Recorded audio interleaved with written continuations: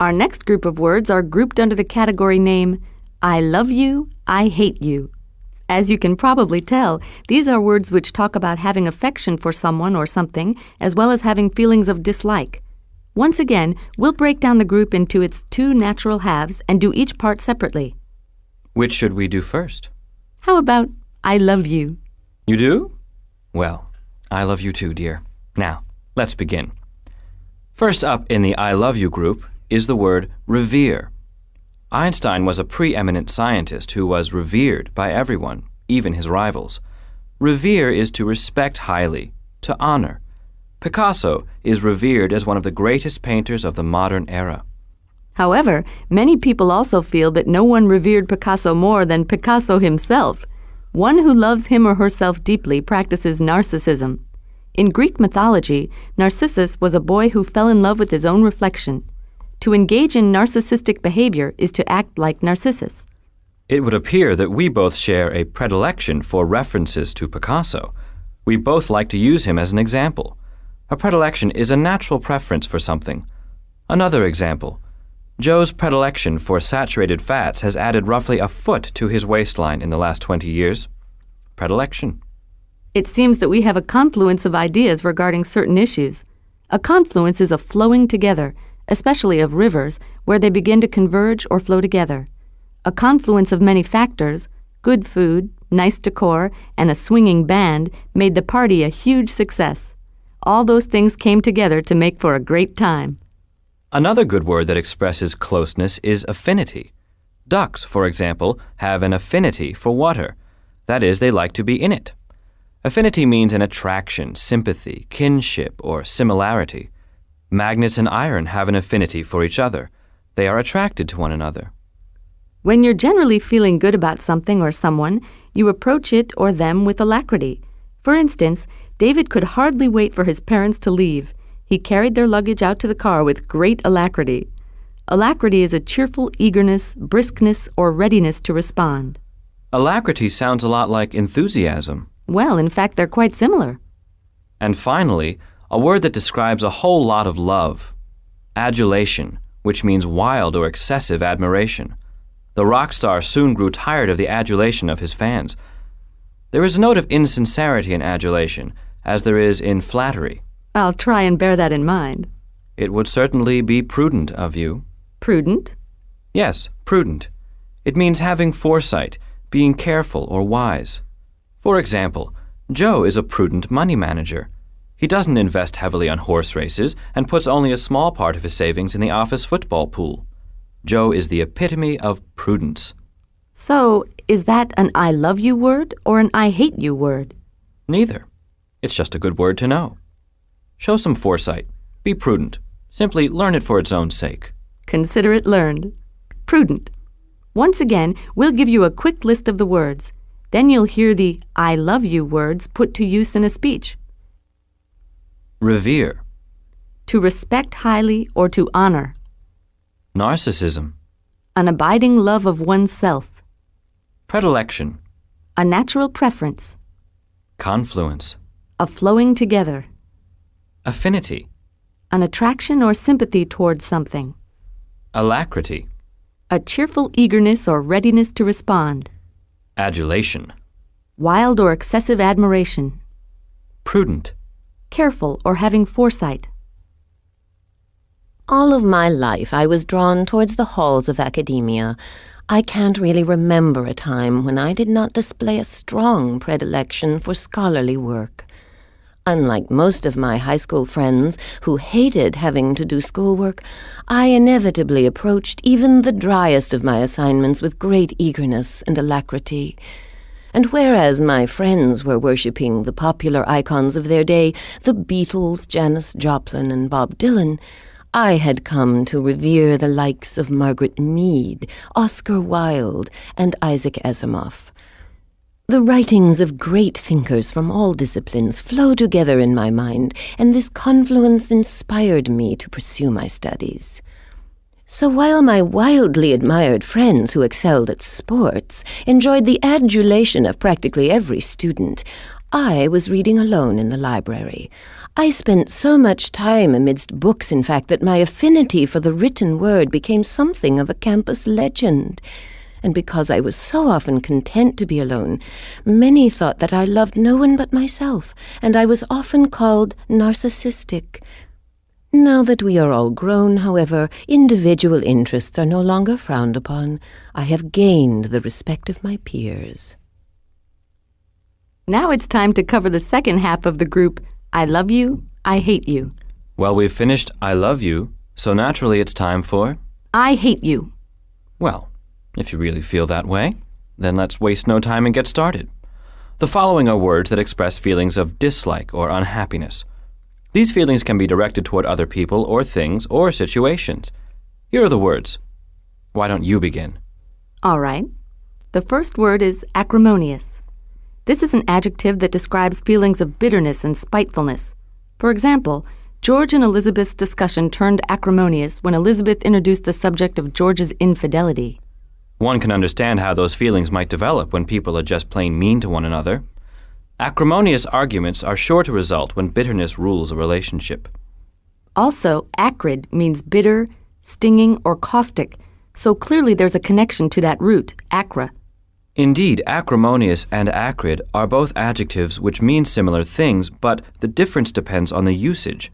The two different words tend to apply to different subjects. When a relationship is characterized by acrimony, then it's safe to assume that there's an antipathy between the two parties. Pathy is the root that means feeling, and it shows up in a large number of words from sympathy to empathy.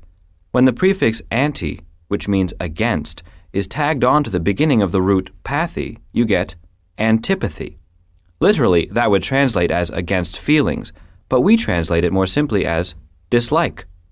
I feel antipathy towards bananas wrapped in ham. I do not want them for dinner. I also feel a certain amount of antipathy toward the chef who keeps trying to force me to eat them. My feelings on these matters are quite antipathetic. So strong are your feelings of dislike towards bananas wrapped in ham, one might go as far as to say that said bananas are the bane of your existence. Bane means poison, torment, or cause of harm. It literally means poison, as in wolfbane, which is a poisonous plant, but the word is usually used figuratively. My boss, for example, while not literally a poisonous entity, is nonetheless the bane of my every waking hour. His constant tormenting makes my life a misery. Anything that affects you in a poisonous way could be called a bane. Your boss is so awful because he unjustly derides your work. To deride is to ridicule or laugh at contemptuously. Barry derided Barbara's driving ability after their hair-raising trip down the twisting mountain road. Sports writers derided Columbia's football team, which hadn't won a game in many years. Or, of course, the boss derided his secretary mercilessly about her poor fashion choices, so she poisoned him. She was someone who could not accept derision.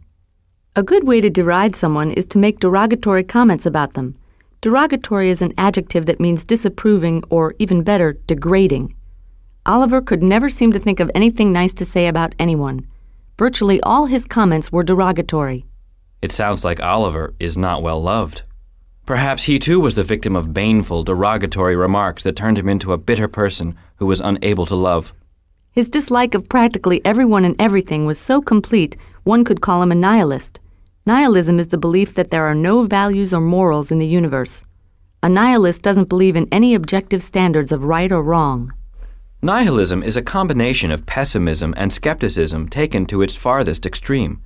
The nihil in nihilism is the same root of annihilate, which of course means to completely destroy. They both signify the essential nothingness that many people, most of them nihilists, believe is a fundamental characteristic of being alive. Well, this certainly is a depressing group of words. I'd like to keep moving. A good idea. Let's try rancor. This is a good one. Jeremy's success produced such feelings of rancor in Jessica, his rival, that she was never able to tolerate being in the same room with him again. Rancor is a noun that means bitter, long-lasting ill will or resentment. How about the mutual rancor felt by the two nations eventually led to war? To feel rancor is to be rancorous. The rancorous public exchanges between the two competing boxers are strictly for show. Outside the ring, they are the best of friends. And finally, when you speak badly of someone, when you assassinate their character, you vilify them. To vilify is to say vile things about, or to defame. Vilify sounds a little like villain. That's how I remember what vilify means. It means to turn a person into a villain. Also, the word vile or horrible is in there too. Here's an example. Our taxi driver paused briefly on the way to the airport in order to vilify the driver of the car that had nearly forced him off the road. The political debate was less a debate than a vilification contest. At first, the candidates took turns saying nasty things about each other, then they stopped taking turns. All right. Now that we've covered the I hate you words, we'll quickly review them. Here's the list. Acrimonious. Bitter, hurtful, and nasty. Acrid. Bitter, stinging, or caustic. Antipathy. A firm dislike. Bane. A torment or poison. Deride. To ridicule or laugh at contemptuously. Derogatory. Disapproving or degrading. Nihilism. A belief that there are no morals and no goodness in the world. Rancor. Bitter, long-lasting ill will or resentment. Vilify. To say vile things about, or to defame. Here now is a man who will describe himself and in the process put these words to use.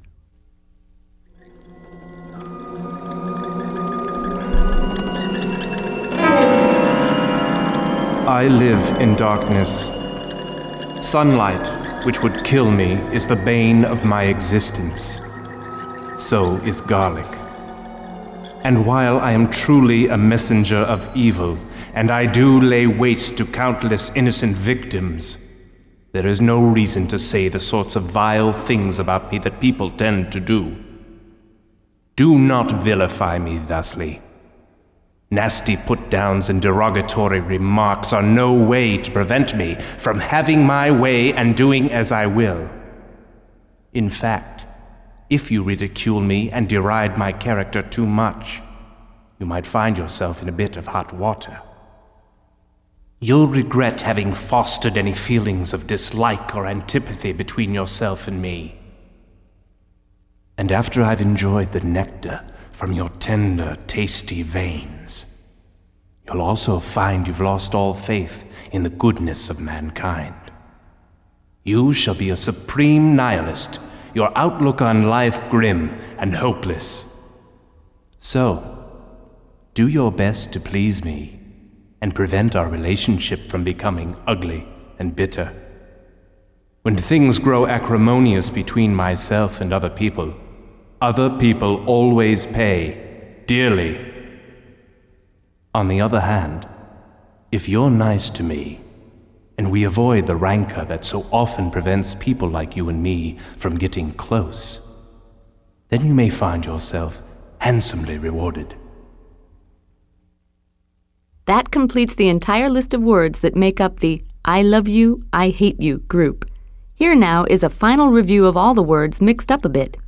Remember to fill in the definition during the pause that follows each word. Ready? The first word is revere. And whereas my friends were worshiping the popular icons of their day, the Beatles, Janis Joplin, and Bob Dylan, I had come to revere the likes of Margaret Mead, Oscar Wilde, and Isaac Asimov. To revere is to respect highly or to honor. I revere people with powerful vocabularies. Acrimonious. So do your best to please me and prevent our relationship from becoming ugly and bitter. When things grow acrimonious between myself and other people always pay dearly. Acrimonious means bitter, hurtful, and nasty.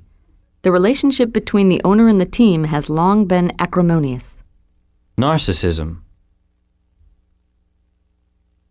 And because I was so often content to be alone, many thought that I loved no one but myself, and I was often called narcissistic. Narcissism is a love of oneself. I have a lot of interest in other people, so it's safe to say that I am not a narcissist. Deride. In fact, if you ridicule me and deride my character too much, you might find yourself in a bit of hot water. To deride is to ridicule or laugh at contemptuously. The foolish vice president was fun to deride. Predilection. I can't really remember a time when I did not display a strong predilection towards scholarly work. A predilection is a natural preference. I have a predilection for Godiva chocolates. Rancor. On the other hand, if you're nice to me and we avoid the rancor that so often prevents people like you and me from getting close, then you may find yourself handsomely rewarded. Rancor is a bitter, long-lasting ill will or resentment. There was a great deal of rancor between the husband and wife. The divorce settlement was not going well. Confluence. The writings of great thinkers from all disciplines flow together in my mind, and this confluence inspired me to pursue my studies. A confluence is a flowing together. The Mississippi and the Chattahoochee rivers have a confluence somewhere in the southern United States. Antipathy. You'll find that you regret having fostered any strong feelings of dislike or antipathy between yourself and me. Antipathy is a firm dislike. Between the Hatfields and the McCoys, two long feuding families, there is a legendary antipathy. Alacrity. Unlike most of my high school friends who hated having to do schoolwork, I inevitably approached even the driest of my assignments with great eagerness and alacrity. Alacrity means a cheerful eagerness, briskness, or readiness to respond.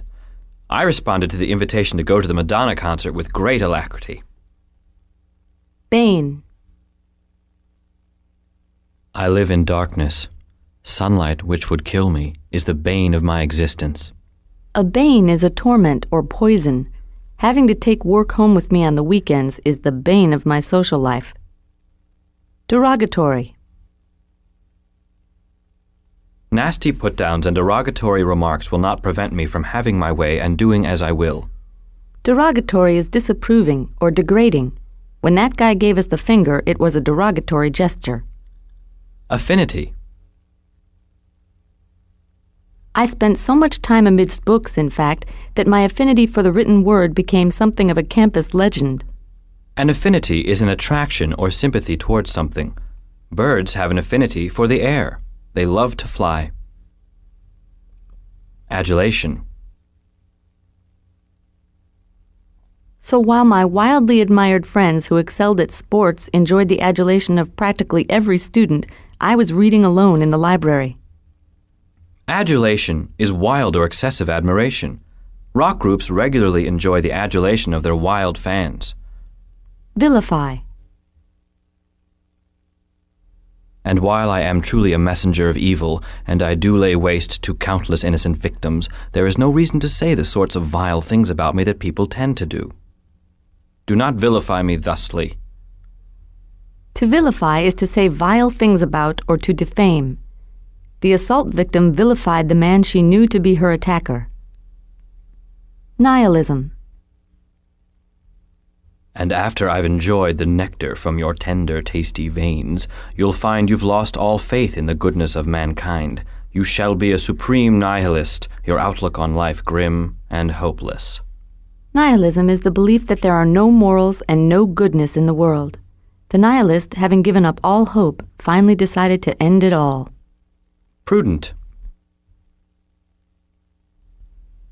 Prudent, as we remember, means careful or having foresight.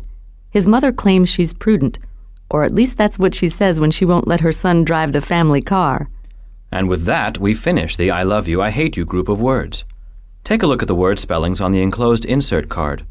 Also, see if you can come up with some mnemonic devices for those hard-to-remember words. You can base your mnemonic on any part of the word that you like. There are no rules for how to create one that works well. If the root means something to you, then use that. If not, try making a pun out of the spelling or play with the way the word sounds.